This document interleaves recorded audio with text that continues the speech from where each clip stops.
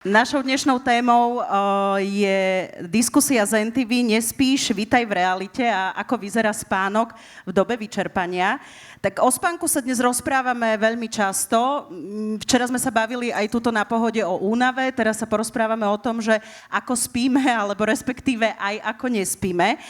Používame rôzne aplikácie, používame prstenie, smart hodinky, náramky, ktoré nám mapujú náš spánkový režim. A napriek tomu je veľmi veľa ľudí, ktorí majú problémy so spánkom.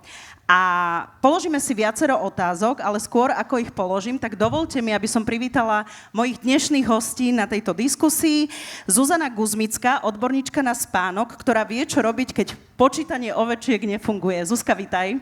Ďakujem.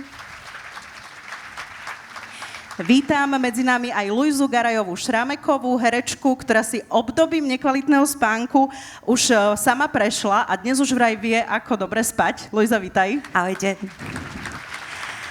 A Karola Kleinmana, psychológa, ktorý nám pomôže pochopiť, prečo mozog najradšej rieši ten život práve vtedy, keď treba spať. Karol, vítaj. Ahojte.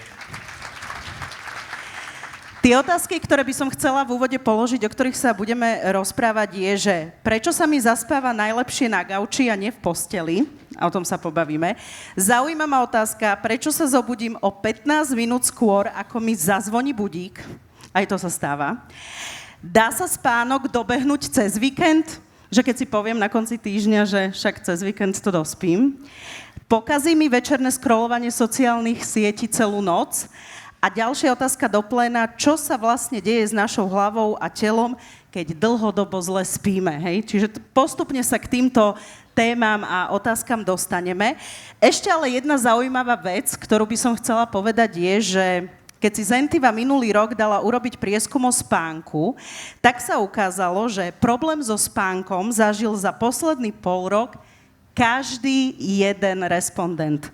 Každý. Viac ako tretina ľudí dokonca priznala, že ich problémy so spánkom trápia pravidelne a najčastejšie sa sťažovali na nočné budenie alebo prerušovaný spánok. To sú dáta, ktoré teda máme k dispozícii.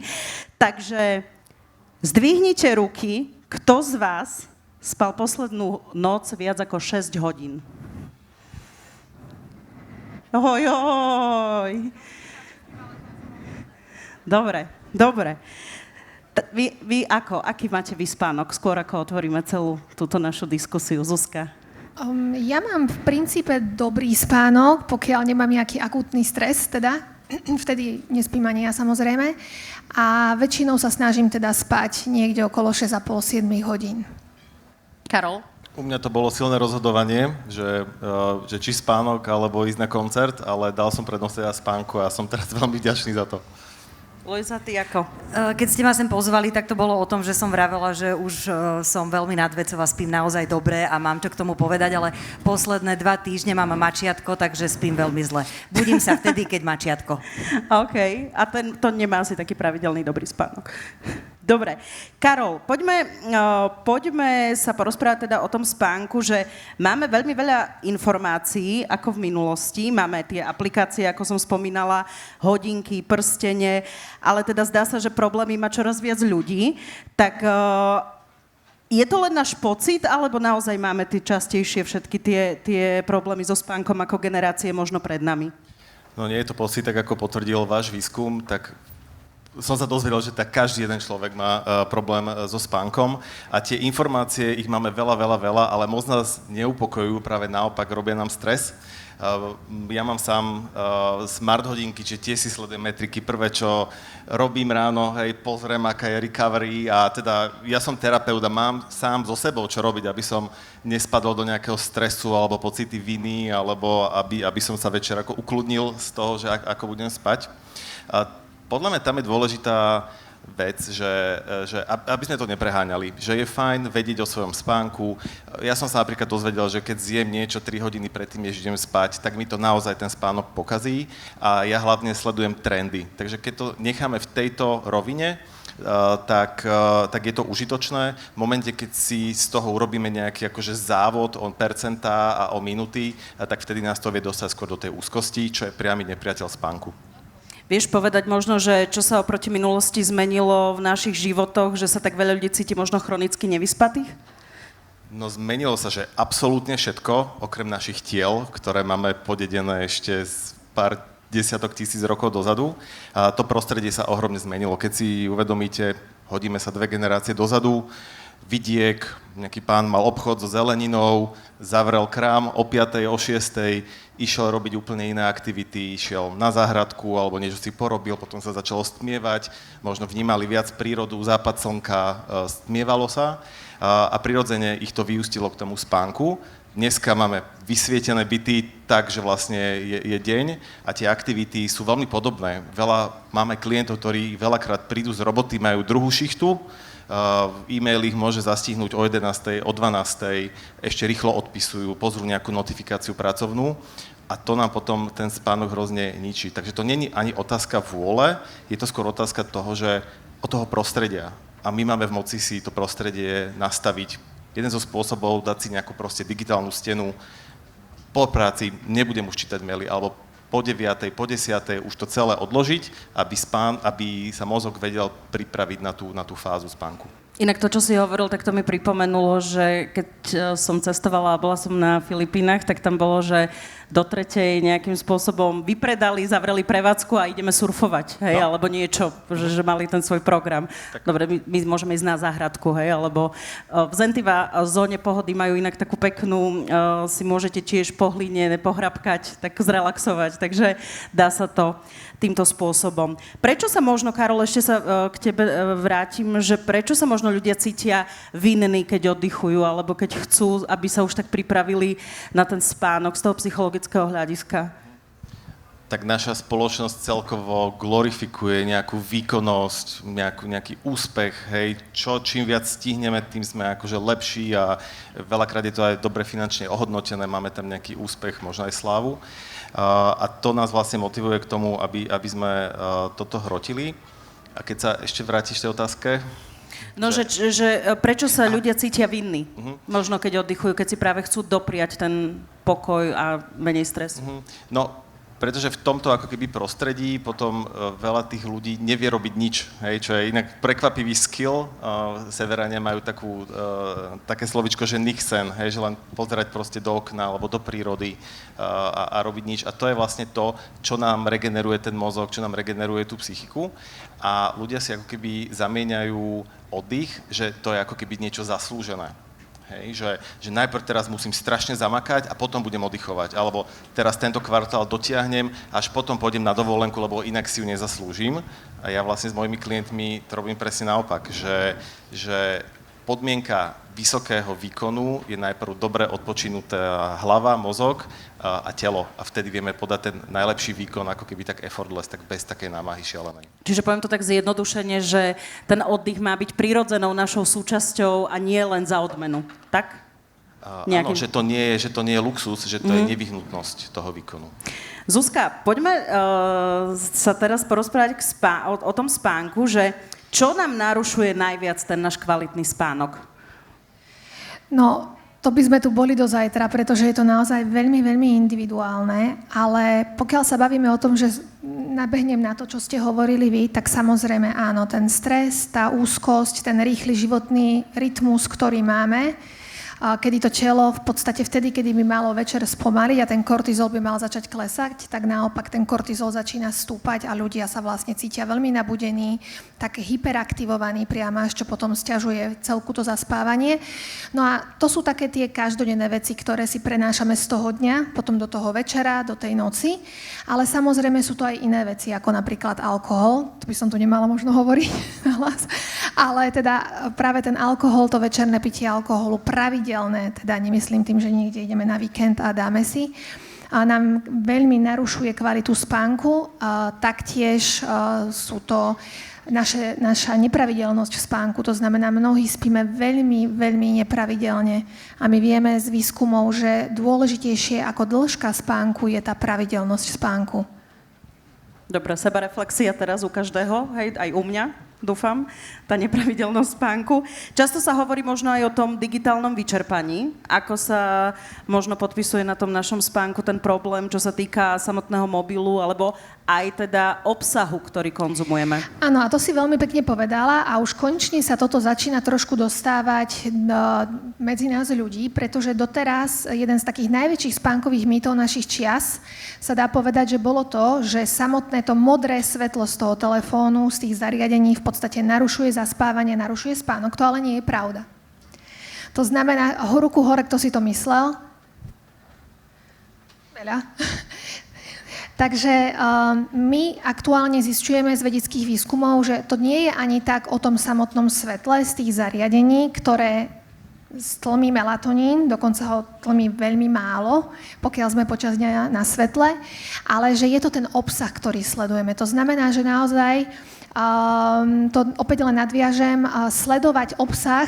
Z môjho pohľadu samotný mobil pred spaním nemusí byť úplne zlý. To znamená, že pokiaľ s ním viem dobre pracovať a dokáže mi pomôcť znížiť tú úzkosť, ktorú môže mať z práce alebo zo vzťahov a pomôže mi odpútať tie myšlienky iným smerom, tak po tejto stránke mi ten telefón alebo tá televízia môže pomôcť. Ale pokiaľ na tom telefóne prokrastinujem alebo sledujem tam obsah, ktorý na mňa pôsobí stresujúco, tak toto samotné mi potom v podstate to zaspávanie a ten spánok znekvalitní. Čiže čo by sme si akože tam mohli dať? Že, ja neviem, nejakú spánkovú apku, aplikáciu, alebo čo je ten obsah? Pre každého to môže byť niečo iné. Možno pre mladú babu to bude reelsko zo svadby jej bývalého, ktorý sa práve oženil a toto jej spôsobí jednoducho stres na celý večer. Pre niekoho to môže byť niečo zase úplne iné. Čiže ten spúšťač má každý nejaký svoj, ale vo všeobecnosti tie techniky na tie odpútanie mysle sú naozaj najrôznejšie a áno, pokiaľ sa bavíme o tom, že chcem ten telefón využiť pozitívne, tak áno, nejaká aplikácia s nejakou riadenou meditáciou alebo s nejakým upokojujúcim zvukom, upokojujúcou hudbou, alebo dokonca aj podcastom, ktorý ma príliš nenabudí, nie je pre mňa príliš pútavý alebo stresujúci, ale naozaj pri ňom zaspím. Ja si tak zvyknem počúvať jeden podcast a počúvam ho vždy na 5 krát, pretože zaspím v prvej minúte 2. Takže niečo také môže byť veľmi fajn. Dobre, ja sa ešte pridám. Už si niekedy videla na YouTube videá, kde reštaurujú obrazy alebo nejaké staré šiace stroje, alebo že Indovia čistia koberce. Alebo tie bazény, keď robia. Bazény akože 5 minút a hotové. A tie domčeky z piesku. Dobre, čiže to je ten obsah, ktorý môžeme využiť. Dobre, a Zuzi, dnes, keď si veľa ľudí kontroluje teda tú kvalitu spánku, ja som tiež dnes sedela s kamoškou na káve a urobila mi teda analýzu svojho prstenia, že čo jej teda hovorí o jej spánku. Pomáhajú nám tieto zariadenia práve k tomu lepšiemu spánku, alebo nás skôr stresujú, že nám to ukáže, že ako to bolo, myslím, že mám už deficit alebo niečo? No, budem s tebou súhlasiť. Môjim názorom a naozaj aj výskum to naznačuje, že tie hodinky väčšinou skôr môžu narobiť viac šarapaty. To znamená sledovať tie trendy, OK. Sledovať si každú noc a na základe hodiniek sa ráno rozhodnúť, ako som spal, lebo človek sa môže ráno zobudiť, cíti sa dobre, pozrie na hodinky, zlý spánok, no tak už som spal zle a už sa cíti zase zle. A následne je tam presne tlak na výkon, to potom zvyšuje úzkosť a môže z toho vzniknúť taký začarovaný kruh. Ďalšia vec je z pohľadu týchto zariadení je, že tie zariadenia v dnešnej dobe ešte stále nie sú dostatočne kvalitné. To znamená, že oni nemonitorujú dostatočné množstvo našich funkcií telesných, fyziologických na to, aby vedeli presne vyhodnotiť, v ktorej fáze spánku sme, či reálne spíme. Samozrejme sú viac kvalitné zariadenia, menej kvalitné zariadenia a tie zariadenia sa budú stále viac a viac zlepšovať samozrejme a myslím si, že v blízkej dobe budeme vidieť už aj zariadenia, ktoré budú využívané na diagnostiku rôznych spánkových poruch, ale samotné zariadenia na dennodennej báze nie sú presné. To znamená, že ja na tej dennej báze nevidím presne to, ako spím, ale keď sledujem trendy, tak áno, na tých trendoch môžem vidieť, zrazu som začal spať menej, viac, zrazu som sa začal dlhšie, pravidelnejšie budiť v noci, ale nie je to niečo, čo by som si mal sledovať noc po noci. Zaujímavé, lebo ja som napríklad uvažovala o tom, že konečne si začnem sledovať ten spánok, ale po tejto diskusii ďakujem. Nebudem sa viacej stresovať. Luisa, podiel sa ty s nami teda o svojom spánku, že ako ty vypínaš vlastne tú hlavu a ktorý z tých problémov bol možno najbližšie práve tejto skúsenosti, o ktorých sme sa tu bavili? Ja som roky vôbec tú tému spánku neriešila a prišlo mi to úplne zbytočná, lebo základná informácia, ktorá všade vyskakovala, je, že najdôležitejší spánok a najlepší spánok je spánok do polnoci. A od 15 som proste pred polnocou išla spať naozaj výnimočne. Akože nebola som vlastne schopná už toto naplniť a tým pádom som vedela, že nie je to možné, že pri robote, ktorú mám, že ja neviem, žijem v Bratislave, ale hráme predstavenie v Bystrici, skončíme o 9:00, o 9:30, na pumpe si cestou kúpime vínečko, kým prídeme domov, je okolo polnoci, potom ešte tak rozmýšľam, jak dobre bolo a idem spať, hej. A v lepšom prípade mám šancu spať 8 hodín, lebo ráno nič nemám. V horšom prípade mám ráno nástup na natáčanie o 5:00 ráno. Čiže spím naozaj málo. Prišla som na to, že to mi kolega poradil, že menej ako 5 je fakt blbosť. Že menej ako 5 to proste tá hlava nefunguje, že vlastne zabudneš aj to, čo si sa naučil a je to vážny problém, ale dokázala som dlhodobo fungovať na tom 5-6 hodinovom spánku sem tam a potom to niekedy pospať si aj 8 hodín a dlho som vlastne problém nevnímala, že naozaj tej roboty bolo veľa a dalo sa v tom tlaku ako keby žiť veľmi, veľmi dlho a možno pred nejakými 6-7 rokmi proste začalo sa diať to, že som sa začala budiť o tej 3:00 a vlastne už sa zaspať nedalo a pociťovala som, že naozaj neviem už fungovať ako príjemný človek, začalo to spúšťať rôzne smútky a plače, ale ešte stále som mala pocit, že vlastne je to možno normálne, no tak zobudím sa o 3:00, lebo to tak je a šrotí mi niečo hlava a prvú zmenu, čo som urobila vlastne, že išla som na ajurvédsky pobyt a niekto mi poradil, že tam mi možno poradia a naučia ma spať. Takže tam som nespala vôbec, asi 2 týždne, tam ma všetko bolelo z tých masáží a tak, ale dostala som tam nejaké bylinkové tabletky alebo niečo také mi tam dal ten pán doktor a trošku začalo pomáhať, možno, že to bolo placebo, ale že keď som sa o tej 3:00 zobudila a vedela som, že mám túto bylinku, tak som si ju dala a zaspala som. Ale vlastne, keď sme sa vrátili z ajurvédy, tak začala korona. A vlastne paradoxne u mňa najväčší problém začal až keď sme ostali doma a keď vlastne mala som príliš veľa času, mohla som spať, koľko som chcela, ale vlastne tam už teda prišli naozaj vážne problémy a prišli veľké úzkosti, prišli panické ataky a tam vlastne pre mňa bolo prekvapujúce, že som dokázala naozaj v nejakom výkonovom a nevyspatom režime kľudne fungovať 10 rokov, ale zrútila som sa vlastne až keď prišla korona a keď bol čas na to, aby som sa nejako zrútila. Takže pre mňa návod bol určite terapia a postupne nad tým začať rozmýšľať, o čom tá hlava šrotí o 3:00 ráno. No a dnes spíš dobre? Ďakujem, ale hej, to je potlesk pre terapiu, ktorá je veľmi, veľmi dobrá. Myslím si, že mám veľmi veľa ešte zlých návykov, ale to, čo mi asi pomáha, je naozaj sa tým netrápiť. Moja mamina má takú výbornú vetu, akože na čokoľvek, ale že škodia iba výčitky. Ja ju každému z nás strašne odporúčam, mnohokrát si ju pripomenúť, lebo fakt mám pocit, že aj to nočné šrotenie alebo denné šrotenie, čo sme mali lepšie, ako sme mali odpovedať v tej chvíli, ako sme neboli dosť briskní v tú chvíľu, tak to sa nás vlastne potom nás to dobehne a tieto naše nároky na seba sú tie problematické. Takže myslím si, že keď už si večer ten pohár vína dám, tak si ho nebudem vyčítať a neprežijem možno úplne s kvalitným spánkom, ale budem možno, že viac sledovať, že čo urobil, či to stojí za to byť ten druhý deň oťapený a mať ráno mrzuté ráno s deťmi v kuchyni, lebo proste človek sa nevyspal dobre. Takže možno viac to sledovať, ale aj menej to riešiť. To je môj návod. To si mi teraz dobre nahrala, Karol, môžeme rovno prejsť aj, chcela by som si v tejto časti debaty prejsť také tie momenty, že čo robiť, alebo keď hlava nám nechce vypnúť. A možno to, čo aj Luisa povedala, že ja neviem, šrotuje nám hlava, alebo stresuje nás to, že viem, že som si teraz dala pohár alebo 2 poháre vína a teraz nebudem určite dobre spať. Čo s tým? Ako to vieme uchopiť, alebo sa trošku dať do toho kľudu a by sme sa naozaj pripravili na ten spánok, že naozaj poďme teraz spať a neriežme to, vypnime trošku tú hlavu. Teraz sa mi trošku prelínajú profesie, lebo ja som aj dopravný psychológ a je naozaj rozdiel, či si človek dá pohár vína, alebo 2 poháre vína, alebo fľašu vína, hej, že to je... Ako veľkú myslíš? Takže že tam je tento rozmer.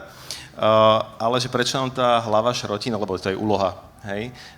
My sa, či už vedome alebo nevedome, vystavujeme strašnej spúste podnetov, máme cez deň, máme prácu a rozhovory a notifikácie a počúvame podcasty a vzdelávame sa a tak ďalej. No a potom príde ten večer, ale mozog má ešte stále s nami nejaký veľký unfinished business, hej, tam má mozog nejakú svoju agendu, nejaké nedoriešené emócie, hej, že kolegyňa sa zatvárila takto, alebo tuto s partnerkou sme riešili toto a není to uzavreté, alebo niečo visí vo vzduchu a to je niečo, čo ten mozog potrebuje, jak si povedal, zošrotovať, hej, alebo ako pochrumať.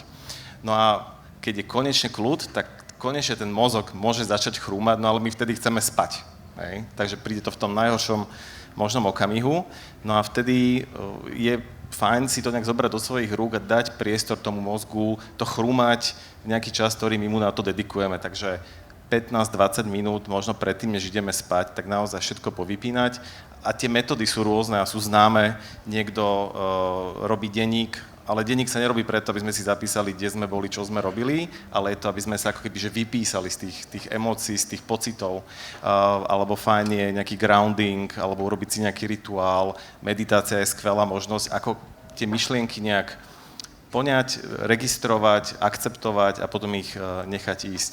A toto je niečo, čo potom nám umožní spokojnejšie zaspať. Stretávaš sa možno aj s takými prípadmi, že človek, alebo teda ľudia sa možno boja samotného zaspávania, že im môže ako keby spôsobovať ten tlak, že musím zaspať? No áno, ľudia sú kreatívne tvory, takže vedia si stres naozaj urobiť z čohokoľvek, dokonca aj z postele. A my sme ako také napodmienovacie opičky, hej? Že tam, kde máme nejakú frustráciu, nejakú negativitu, že máme tam nejakú zlú skúsenosť, tak už len tá samotná posteľ v nás vyvoláva arousal, nabudenie. Hej? Preto sa hovorí, že posteľ je iba na dve veci, na sex a spánok. Všetko ostatné by sa malo diať mimo spálne, lebo my keď si napodmienujeme niečo iné, tak vlastne potom nám to pripomína a telo sa dostáva do toho nabudenia. Takže do postele rozhodne nepatria nejaké dlhé emocionálne hádky alebo diskusie s partnerom alebo partnerkou. Do postele nepatrí práca s laptopom v lone, kde máme nejaké stresové koly alebo podobne. To všetko by sa malo diať mimo. Napadlo mi len, že toto sa možno mnohým stalo a nám sa to tiež cez tú koronu stalo, že vlastne v spálni zrazu bol office manžela, ano, kde celý deň pracoval na počítači alebo v noci nejaké notifikácie tam ešte cinkali a vlastne z toho priestoru sa stalo všetko, len nie miesto na spanie. No. Čiže my keď máme napríklad symbol je monitor, hej, a my keď zaspávame a vidíme tam ten monitor na tom ale tom druhom stoliku, tak nás to vlastne budí, nás to prebudza. Je veľmi veľa vecí, ktoré by ste si mohli z tejto debaty zapamätať a určite tu odznie ešte veľa vecí, ktoré si zapamätáme, ale minimálne už jednu si môžete zapísať, hej, na čo je posteľ, čo povedal Karol. Hej, no, nemusím to opakovať. Karol, ešte mám otázku, že môže tá nespavosť a tieto všetky veci, o ktorých sa bavíme, či už tlak z toho, že musím zaspať, nemôžem zaspať a tak ďalej, tak je to už aj možno potom tá nespavosť byť aj symptómom úzkosti alebo vyhorenia? Áno, určite, že ono je to taká, že obojstranná kauzalita, že tá úzkosť zhoršuje spánok a zlý spánok potom prehlbuje tú úzkosť, takže je to taká akože špirála, ktorá sa môže zhoršovať. Lenže tam je otázka potom tej miery, že keď máme nejakú jednu zlú noc, hej, že na pohode, tu máme 3 možno náročné noci, alebo proste len nespíme, dali sme si viac pohárov vína, tak to není patológia, to je v pohode, to dospíme.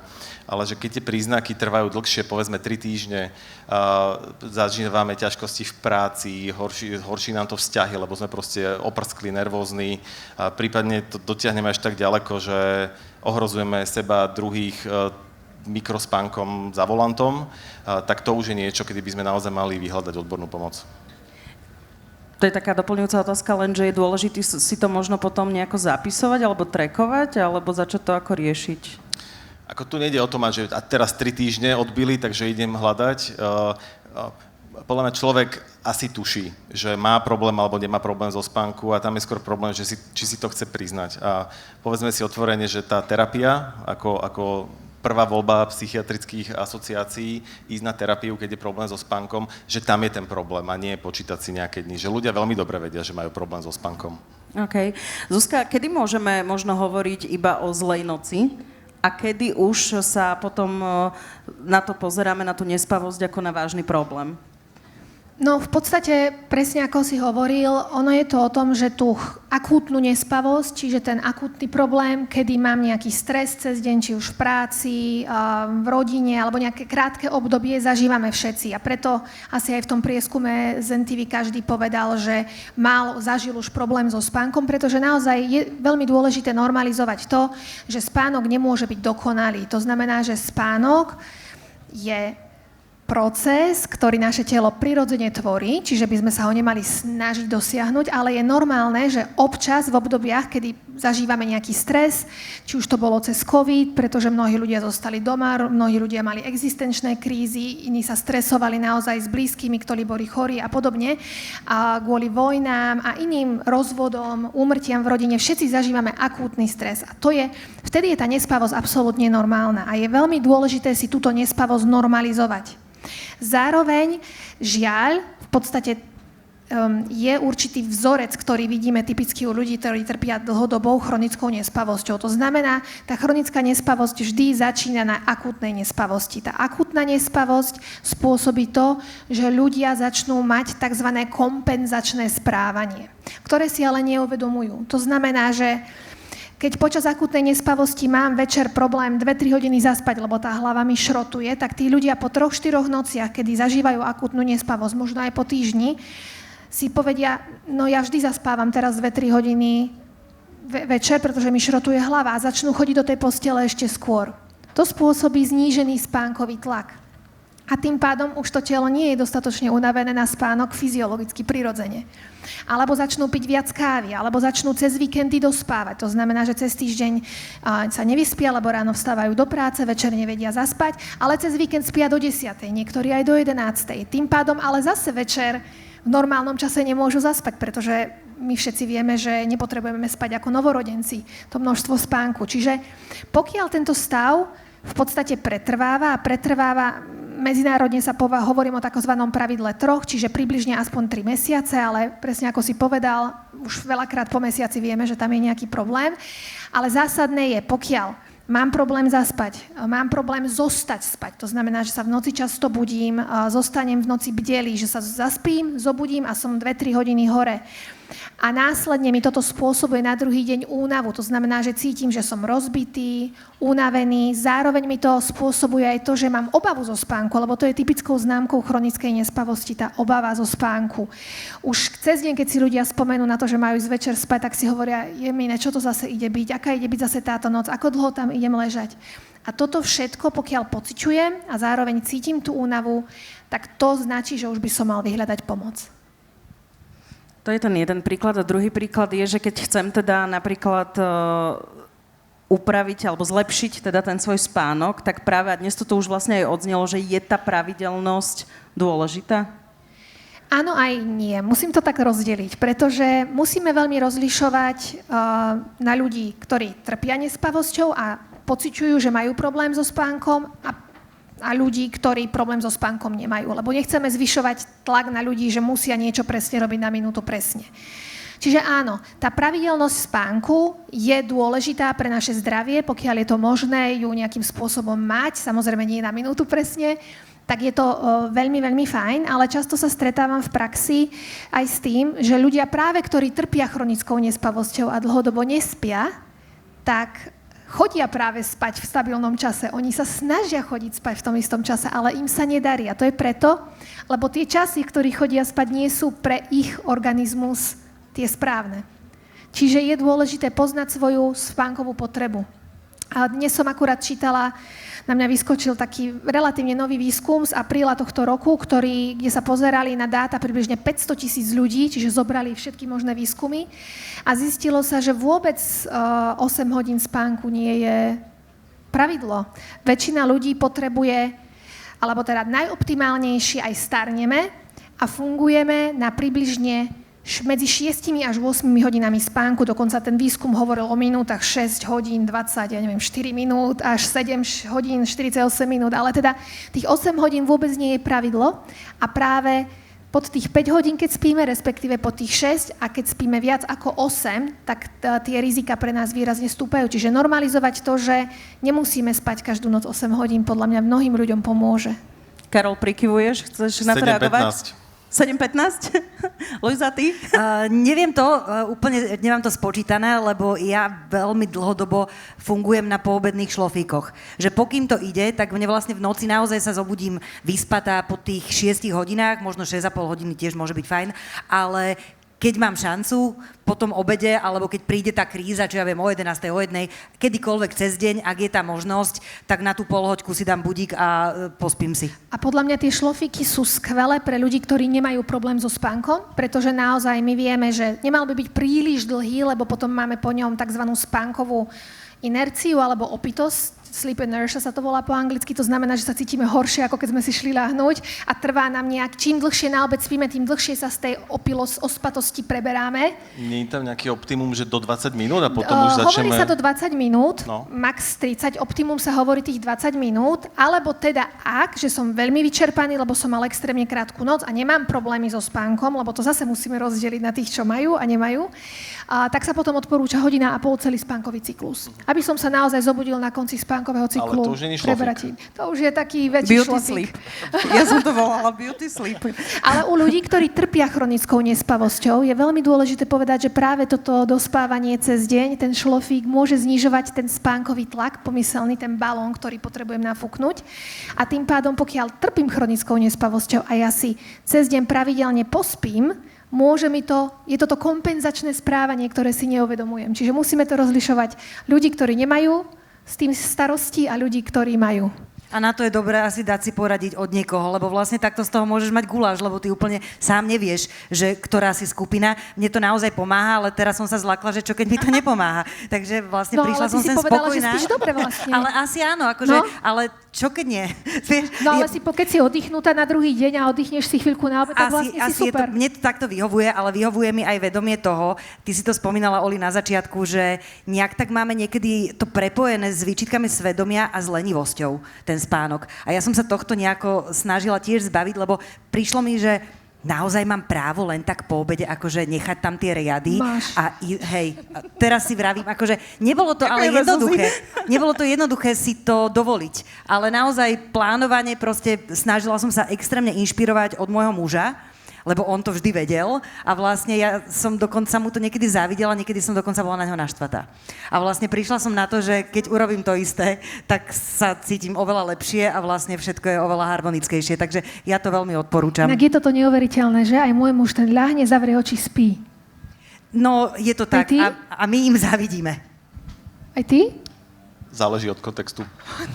Viete čo, taká len otázka, kto praktizuje ten popoludnejší spánok, ten nap alebo beauty sleep po práci, alebo keď je doma? To je super. Dobre, tak akože vyzerá to tak, že je to forma tiež teda toho spánku, áno? Mám pocit, že je stále škoda, že sa to málo praktikuje v rôznych prácach. Akože ja som na voľnej nohe a mám veľa dní, kedy si to tak viem zariadiť, alebo aj počas, treba máme filmovací deň, ktorý trvá 12 hodín a máme hodinovú obednú pauzu a vždycky po obede, aj keď v šatni len tak si láhnem proste na koberec, ale snažím sa tie oči na 20 minút zavrieť a pomáha mi to, ale že možno by bolo super, keby sa to viac riešilo aj v nejakých firmách, aby tam na to priestor bol aj pre iných zamestnancov. To je vieš, ako teraz tu na pohode, že ideš a len tak vidíš, že si niekto dá tam šlofíka. Dá sa teraz, aj na tráve, aj hoci kde, pod pódium. Ale ja myslím, že niektoré firmy toto už zavádzajú. Dokonca už aj na Slovensku niektoré firmy toto zavádzajú a majú vyslovene relaxačné zóny s miestami, kde sa dá dať šlofík, takže super. A ešte existuje ten coffee nap. Poznáš?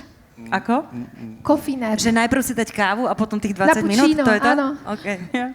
No to, ako ja tak len skromne prispejem tiež takým svojim mini príbehom k tomu, lebo je to taká téma, v ktorej sa cítim dobre, že ja som robila dlhé roky moderátorku ranného spravodajstva v rannej show v rádiu a som stávala o 4:00 ráno, čiže ja som ten život mala úplne inak otočený a potom vlastne som popoludní vlastne každý deň praktizovala nejaký spánok, ale je pravda, že boli dni, keď to bolo len tých 20 minút, ale boli dni, keď som si musela popoludní pospať aj 1,5 hodiny, 2 hodiny. Aby som večer, keď som bola dohodnutá s kamoškami alebo s kamarátmi, že ideme na nejakú večeru, alebo drink, alebo film, alebo do divadla, tak aby som vlastne mohla fungovať, lebo inak by som bola úplne vypnutá. Hej? Že ja som nevedela udržať sa v pozornosti od 4 rána do 10 večer. A to je presne tá situácia, kedy ty môžeš byť človek, kedy spíš presne tú 1,5 hodiny a zobudíš sa po nej možno oddychnutejšie, ako keby si spala 2 hodiny, že prejdeš ešte do ďalšieho cyklu. Čiže sú situácie, kedy je OK dať si toho dlhšieho šlofíka. Ale zase treba rozlišiť, že šlofík není, keď si o 9 zaspíme pred telkou. To je Prúser. Áno, ďakujem.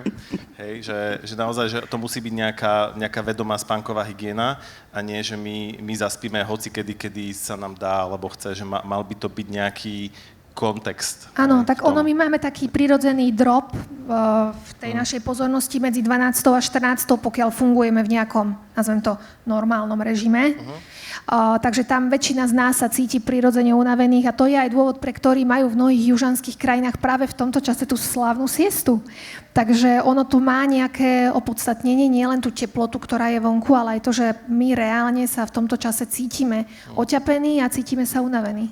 Dobre, vidím, že toto by sme mohli rozobrať na celú jednu samostatnú diskusiu, na coffee nap, či ako to bolo, beauty sleep nap a všetky tieto časti, ale spomenuli ste jednu dôležitú vec, že teda o 9:00 večer to už nie je šlofík, ale poďme to otočme ešte na inú otázku, že zaspím teda na gauči pri telke, presuniem sa do postele, do spálne a tam nezaspím. Čo s tým? No, obaja, alebo aj Luisa, ako to ty máš skúsenosť? Tak ja môžem začať. Keď nevieme zaspať, tak nás premkne nejaká panika, alebo úzkosť, alebo hej, že začínam šrotovať ten mozog, že a teraz nezaspím, a ráno budem unavený, a mám dôležitý meeting, a dopadne to zle, a tak ďalej. A naše telo sa ako keby, že aktivuje, hej? A my sa snažíme podať výkon, že zaspať. Lenže zaspať a podať výkon sú presne opačné sily, hej? Že buď teda zaspím v pohode, alebo mám výkon. Je to vlastne taká paradoxná situácia a potom aj to riešenie je paradoxné. Ak si spomeniete, keď ste boli v skúškovom období, ja som mohol aj 4 energetiaky vypiť a proste potreboval som zostať hore, ale aj tak by som najsladšie na svete zaspal, ako by som mohol aj po tých energetiakoch. Takže výsledok z toho je, že skúsme nezaspať. Hej? Skúsme sa snažiť zostať hore. Ináč dobré je, aby sme aj nenachytali ten kontext tej postele, že vstať, ísť robiť niečo iné, nie úplne fyzické, hej, že necvičiť, alebo viem, že sme už modré svetlo už sme odstránili z mýtov, alebo teda, že potvrdili, že to je mýtus, ale neotvárať Instagram alebo nejaké správy a podobne, ale robiť niečo iné, čo nás upokojuje. Ja mám napríklad na nočnom stoliku, že 2 ultranudné knihy, ktoré sú veľmi komplexné, a ja za 4 strany bezpečne zaspím. Hej? Takže niečo nízkostimulačné, ale zároveň, čo nám umožňuje byť hore a vlastne prestať bojovať s tým mozgom, je ten kľúč k tomu zaspaniu. Že kto zhasne. Aha, no to zvládnem ešte. No a tu by som ešte vysvetlila možno to, prečo sa niekedy nedá zaspať. A ja už som spomínala ten spánkový tlak. Lebo veľa sa hovorí stále o tom, že tá hlava šrotuje a to najhoršie, čo si môžeme povedať, je, že vyčistiť si hlavu. Lebo vyčistiť sa hlavu sa nedá. Áno? Nemyslieť sa nedá. Čiže naozaj odpútať tie myšlienky je fajn, ale pokiaľ moje telo nie je reálne pripravené spať, tak môžem robiť všetko a aj tak nezaspím. A to vlastne môžeme vysvetliť na tejto situácii, kedy zaspím na gauči. No, my si musíme všetci uvedomiť, že počas dňa sa nám tvorí tzv. Spánkový tlak, alebo teda únava, si to môžeme úplne zjednodušiť, a tá únava smerom k večeru stúpa. Áno? A večer je nejaký optimálny čas, kedy ten pomyselný balón, ktorý sa cez deň nafúkuje, v podstate praskne a to je ten moment, kedy my teda by sme zaspali. Ale teraz predstavte si, že vy ten balón cez deň nafúkujete a večer na tom gauči vám tá hlava takto 5-krát kvecne, alebo si tam pospíte pol hodinu a teraz ten balón sa tam sfúkne A vy síce v tom svojom štandardnom čase, tu sme pri tom stabilnom čase, ktorý niekedy nefunguje, prídete v tom stabilnom čase do tej postele s tým sfúknutým balónom, ale ten balón potrebuje možno ďalšiu hodinu, 2 na to, aby sa dofúkol dostatočne a na to, aby praskol. Čiže preto je veľmi dôležité. Niektorí ľudia s týmto problém nemajú. To znamená, že oni si takto zdriemnú. Môj manžel, typicky, on si zdriemne, on sa presunie do postele, ľahne, spí. Ale sú ľudia, ktorí majú predispozíciu k chronickej nespavosti a pri týchto ľuďoch je práve toto zdriemnutie problém, preto, lebo nám klesne ten spánkový tlak, ten balón sa sfúkne a ja sa síce presuniem do postela, chcel by som spať a možno aj cítim takú nejakú únavu, lebo ten spánkový tlak je už relatívne vysoký, ale ešte nie je dostatočne vysoký. A keď sa ja takýmto spôsobom ocitnem v posteli, a ležím tam 2 hodiny, tak tá hlava začne prirodzene šrotovať, ja sa začnem prirodzene obávať a z jedného večera, kedy som sa obával, už druhý večer zase ide tá obava a už som vlastne hyperaktivovaný a už idem do takého začarovaného kruhu. Čiže je dobré dať pozor na to, že ak mám problém s týmto večerným zaspávaním, že pridriemem na gauči, prídem do postele a nemôžem zaspať, tak v prvom rade by som odstránila to pridriemnutie na gauči a možno robila v tom čase, kedy sa mi zvykne už driemať 2 veci. Buď jedna, idem teda do postele v tom čase, kedy sa mi už drieme, a ak mám ale problém zaspať, tak v takom prípade by som robila nejakú ľahkú aktivitu, aby som nezaspal. Ja väčšinou, keď mávam mužov na poradenstve, tak im hovorím, môžete manželke ožehliť, alebo niečo podobné, ale teda robiť nejakú takú ľahkú aktivitu, či už len, ja neviem, triediť ponožky, lebo to dnes sme my doma robili, tak to ma teraz napadlo, ale jednoducho niečo také ľahké, čo ma príliš neaktivuje, ale zároveň ten šlofík na tom gauči mať nebudem a tým pádom pôjdem do tej postele s tým balónom naozaj pripraveným, aby praskol. Lujza, ty vieš možno sa tak ako spätne na to pozrieť, že aká si bola predtým, keď si nespávala a teraz, že porovnať ten svoj stav, že teraz keď si povieš, že OK, teraz mám fajn spánok? Ja som neriešila prioritne úplne problém toho, že nespím, ale vlastne najviac ma trápilo to šrotovanie. A to, že ty si aj spomenul, to, že špirála, to, že vlastne z jednej tej myšlienky sa to nabaluje a už si v detstve, a už si v puberte a neviem čo, a tam som... A vlastne to boli tak nekonečné schémy tohto všetkého, že vlastne to boli tie veci, ktoré som si uvedomovala, že sú problém a nie ani tak až tá nevyspatosť ako taká. A na to naozaj pre mňa proste cesta bolo to, šrotiť to s terapeutkou a chodiť na tie terapie, ale aj objavila som teda po 40-ke beh. A to je niečo, čo myslím si, že neviem, ako výskumy vravia, ale mne to celkovo zmenilo život. Nie som žiaden veľký športovec, akože nerobila som vôbec nič a stále som proste aj krčmový povaláč a rada zažúrujem a tak, ale bolo pre mňa veľmi prekvapujúce, že môžem aj športovať napriek tomu, že nemusím svoj život zmeniť úplne, ale že môžem ten život zachovať taký, aký ho mám, možno nie úplne s najlepšou životosprávou, ale keď k tomu ten beh pridám, tak je to vlastne úplne super vec. A pri behu to dobre šrotí, nie? A tamto zrazu miniem. Zrazu tá hodinka behu mi odšrotuje všetky tieto myšlienky a po tej hodinke proste tá hlava je prázdna a zrazu ma to v noci nestihne nejako prekvapiť. Karol, Lujza to aj teraz povedala, že vyhľadala tú pomoc. Ako sa vlastne pri tých situáciách, že kedy je ten už možno indikátor toho, že mali by sme vyhľadať tú pomoc práve keď možno nevieme vyriešiť tie svoje problémy so spánkom?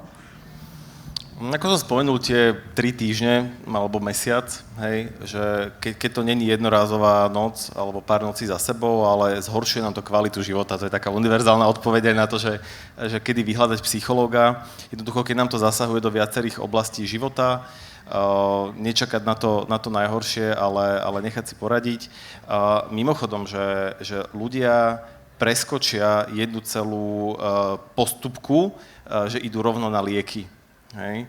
A to je ako keby také rizikové v tom zmysle, že poprvé, ono to funguje hneď na prvú, hej, že dáme si tabletku a zaspíme a vlastne problém vyriešený, ale my riešime týmto len symptóm, ale neriešime tie akože skutočné príčiny tej nespavosti. Tam je ako keby, že viacero problémov a napríklad jeden z nich môže byť, že potom, keď tá liečba v mnohých prípadoch je, že na 30 dní a potom by sa už nemali tie lieky brať, tak si to môžu potom ľudia nejak zaobstarávať pokutne a potom tam môže vzniknúť závislosť. Hej? Čiže vždy odporúčam, aj psychiatrické spoločnosti odporúčajú terapiu, KBTčko alebo CBTI, sme sa bavili s kolegyňou, je to vlastne prístup, ktorý je zameraný vyslovene na riešenie problémov so spánkom a vlastne pri tom chronickom probléme je tá terapia najúčinnejší spôsob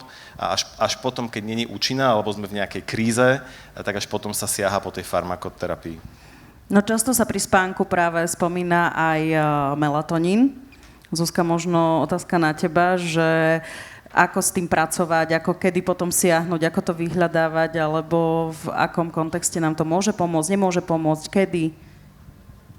Tak je dôležité povedať, že melatonín je jeden z najsilnejších antioxidantov, ktorý tvorí vlastne naše telo a je to hormón, ktorý sa tvorí v našom mozgu ako odpoveď na tmu.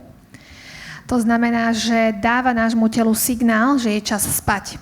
To znamená, že nie je to vyslovene niečo, po čom by sme mali siahať, keď máme chronický problém so spánkom, pretože väčšine ľudí to nepomôže, ale melatonín môže byť skvelá pomôcka v situáciách napríklad, kedy sa presúva medzi rôznymi časovými zónami. To znamená, že pokiaľ sa presúva medzi časovými zónami, potrebujem alebo chcem sa prispôsobiť či už na dovolenke, lebo idem možno ďalej o niekoľko alebo profesionálni hodín. športovci. Profesionálni športovci, to je úplne samostatná kapitola, čiže melatonín v takýchto situáciách môže byť veľmi žiadúci. Taktiež sú rôzne situácie, kedy môže byť veľkou pomôckou, napríklad pri niektorých spánkových poruchách. U ľudí, ktorí trpia, alebo teda majú autizmus a sú na spektre niekde, melatonín má naozaj zistené pozitívne výsledky na kvalitu spánku, na zaspávanie a taktiež u napríklad poruchy správania v REM spánku, to je taká špecifická porucha, kedy ľudia vykonávajú svoje sny a aj pri niektorých pohybových poruchách. Čiže to je skôr niečo, čo potom naozaj môžeme indikovať a môže byť obrovskou pomocou. Mimochodom teraz už niektorí vedci hovoria aj o tom, že melatonín môže byť začať v budúcnosti využívaný aj na riešenie rôznych iných ochorení, keďže je taký silný antioxidant. OK. Je to aj možno, že ešte to doplní možno aj práca s tým svetlom, lebo aj to sa hovorí, že pri akom svetle zaspávame, alebo si niektorí nasadzujú rôzne okuliare, alebo hocičo. Čo nám k tomu povieš, prosím? Áno, melatonín sa teda tvorí v odpovedi na tmu. A áno, naozaj veľké množstvo modrého svetla môže tvorbu melatonínu stlmiť, ale nie úplne zase zablokovať. Z môjho pohľadu, ale pokiaľ máme počas dňa dostatok denného svetla, tak vyslovene nejaké okuliare na tlmenie modrého svetla naozaj nie sú nevyhnutné. Je to skôr niečo, čo teraz sa tak vo veľkom propaguje a predáva, ale nie je to vôbec niečo nevyhnutné. Pokiaľ si doma tie svetlá prirodzene stlmím, a tak tú tvorbu melatonínu takýmto spôsobom nejakým spôsobom viem podporiť. Samozrejme môžem stlmiť nejaké silné modré svetlá, LED svetlá doma, ale nemusíme byť zase v totálnej tme. Ja som počul, dúfam, že to je teda pravda, som to čítal, že vlastne to denné svetlo, my keď sa pohybujeme vonku, tak je, že 100 alebo 1000 násobne silnejšie ako to svetlo, ktoré my si vyrábame doma nejako žiaroko, čiže je to rádovo rozdiel. Áno, ja s tebou úplne súhlasím a preto aj vlastne sa zistilo, že napríklad tie monitory, displeje večer, či už, ja neviem, tablet, keď niečo čítam a tak, nie sú takou hrozbou, ako sa dlhé roky tradovalo a už sa to začína meniť aj v tej vedeckej obci a už aj na sociálnych sieťach som zachytila konečne príspevky, ktoré o tom hovoria. Ale zároveň ten mozog funguje ako, že číta ten kontext, hej, takže ja mám tiež stmievacie všelijaké farebné svetielka okolo a to už vie môj mozog, aha, tak teraz je večer a keď už vidím tieto svetielka, tak už sa pôjde do hoďky do 2 spať. Hej? Že nemám to isté osvetlenie ako v kancelárii, nemám doma a to pomáha tomu mozgu rozlišovať, že kde sme. Áno, stlmiť tie svetla je skvelá pomôcka ale doma, ale... biologická, ale skôr kontextová. Áno. Luizi, ty keď riešiš ten svoj spánok, máš aj také, že iba doma sa mi dobre spí, alebo vieš, že niektorí ľudia majú, že na inom mieste sa im ťažko zaspáva, alebo v hoteloch nemôžu zaspať, alebo naopak sa im tam možno niekedy lepšie spí. Ty to máš ako? Ja som zájazdová herečka, takže ja naozaj zaspím úplne kdekoľvek a kdekoľvek tú noc spím, tak to volám, že idem domov. Takže v tomto nemám problém a možno mám aj tú výhodu, že viem zaspať cestou, čokoľvek, naštartuje sa auto, teda keď nešoferujem. Ale vlastne šoferujem veľmi krátko, vlastne iba od pohody z minulého roku, lebo môj muž nafúkal a prišiel vodičák. Takže odtedy šoferujem. Ale bol to 0,17, akože naozaj bol to strašne malý zostatkáč, ale upozorňujem vás ráno, dajte si na to pozor. Bola to normálne hliadka, keď vychádzate z pohody, tak jedno za druhým, takto nás pekne pochytali všetkých, takže dnes na to myslíte a po polnoci veľa vody a radšej si ráno pospať a nevyraziť takto predčasne, lebo fakt to bolo dosť drahé a ty si spomínal, že si dopravný psychológ. Áno, takže tým, ktorým to nevidie, tak potom. Tak sa uvidíte s Karolom, ale teda je to... Naozaj na to veľmi upozorňujem, trvalo to pol roka, všetky tieto, môj muž, ktorý inak skoro nepije, normálne sedel v tom kruhu, som Slavko a som alkoholik a akože bolo mi ho veľmi ľúto. Ja som pripravený. Akože podľa mňa normálne ten šíp išiel na mňa a trafil do ňoho, ale ja som zase musela začať šoférovať tým pádom, takže tiež som mnohé zmeny v mojom živote musela tým pádom prijať. Aj pozitívne, nie? Dobre sa stalo, áno. Otázka... Takže spíš hocikde. Spím hocikde, áno. A ešte k tomu, neviem, či to je šanca, ale keď si spomínala, Zuzi, tie zmena, keď cestuješ, treba presuny v čase, tak mne veľmi pomáha, aj jedným smerom, aj keď som bola v Austrálii alebo v Amerike, proste riadiť sa tým časom, ktorý je v tej krajine. Že to proste vôbec neriešiť, ako keby nedovoliť tej hlave sa lutovať a riešiť to, že koľko by bolo u nás doma, rovnako keď je tá hodinka, keď sa zmení čas. Že niektorí ľudia to dokážu pol roka riešiť, až kým to znovu zmenia a zase to môžu pol roka riešiť, ale neviem, pre mňa je toľko hodín, koľko je. Môžeš reagovať, alebo nie? Dobre. Keby ste mali alebo mohli vybrať jedného najväčšieho nepriateľa kvalitného spánku, tak čo by ste dali na prvé miesto? Čo by ste vybrali? Zuzka. Ja som tak normálne rozmýšľala a teraz si možno podľa mňa veľa ľudí povie, že si budem protirečiť, pretože som povedala, že modré svetlo pred spaním a teda nemusíme z toho robiť katastrofu, ale čo sa kvality nočného spánku týka, tak ja hovorím svetlo.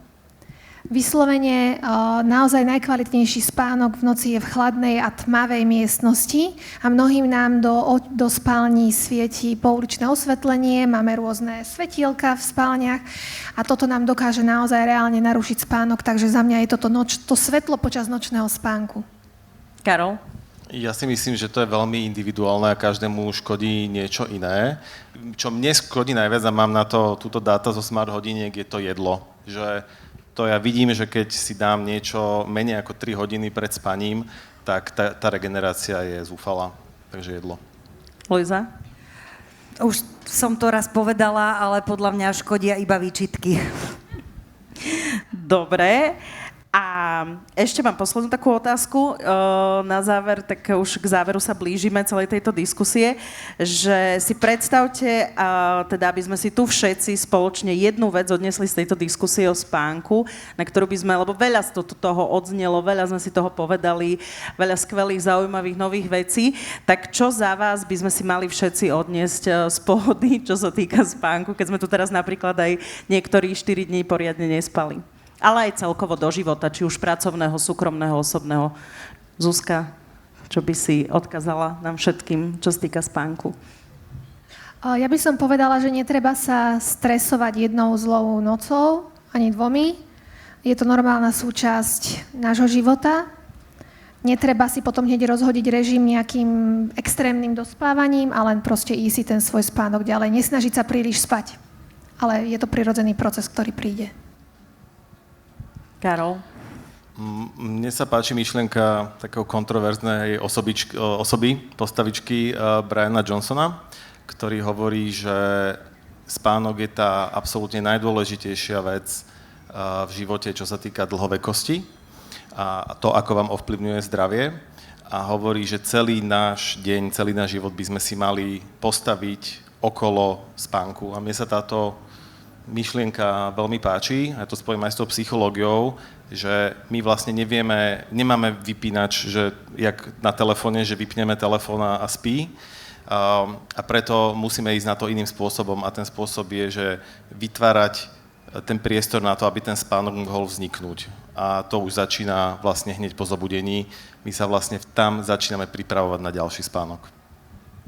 Luizi, za teba? Neviem, potom ma ešte opravte, aby som nezakončila niečím úplne neodborným, ale ja by som možno sa snažila na seba menej tlačiť v tom výkone a v tom, čo musíme, či musíme spať, alebo nemusíme. A možno viac sledovať fakt tú únavu, kedy proste si chcem láhnuť na ten gauč a dopriať si to. A nemať pocit, že je to lenivosť alebo zlyhanie, proste tie riady tam počkajú a možno len sa viac vnímajme. Podľa mňa si to zakončila veľmi dobre, lebo ja by som to už len tiež nejakým spôsobom uzavrela aj za seba, že ja som si po 13 rokoch profesionálnej rádiovej moderátorskej kariéry zobrala sabatikál a moje jediné heslo alebo claim celého sabatikalu bolo, že išla som sa vyspať. A ja som sa vyspala. Takže bolo to najlepšie rozhodnutie, keď som vstávala non-stop o 4 ráno, alebo mala nočné, denné, večerné služby a ono sa to tak celé vyprofilovalo, že ja som vlastne povedala všetkým, že viete čo, ja sa chcem len vyspať. A pomohlo to. Takže všetkým vám trom mojim hosťom ďakujem veľmi pekne, že ste tu s nami boli a mohli sme sa porozprávať o spánku. Zuzana Guzmická, odborníčka na spánok, ďakujeme veľmi pekne. Ďakujem. Luisa Garajová-Šrameková, herečka a tiež naša podporovateľka spánku. Ďakujeme veľmi pekne, Luizi. A Karol Kleinman, psychológ. Veľká vďaka, že ste prišli na Pohodu, na diskusiu z NTV do Asset Space Areny.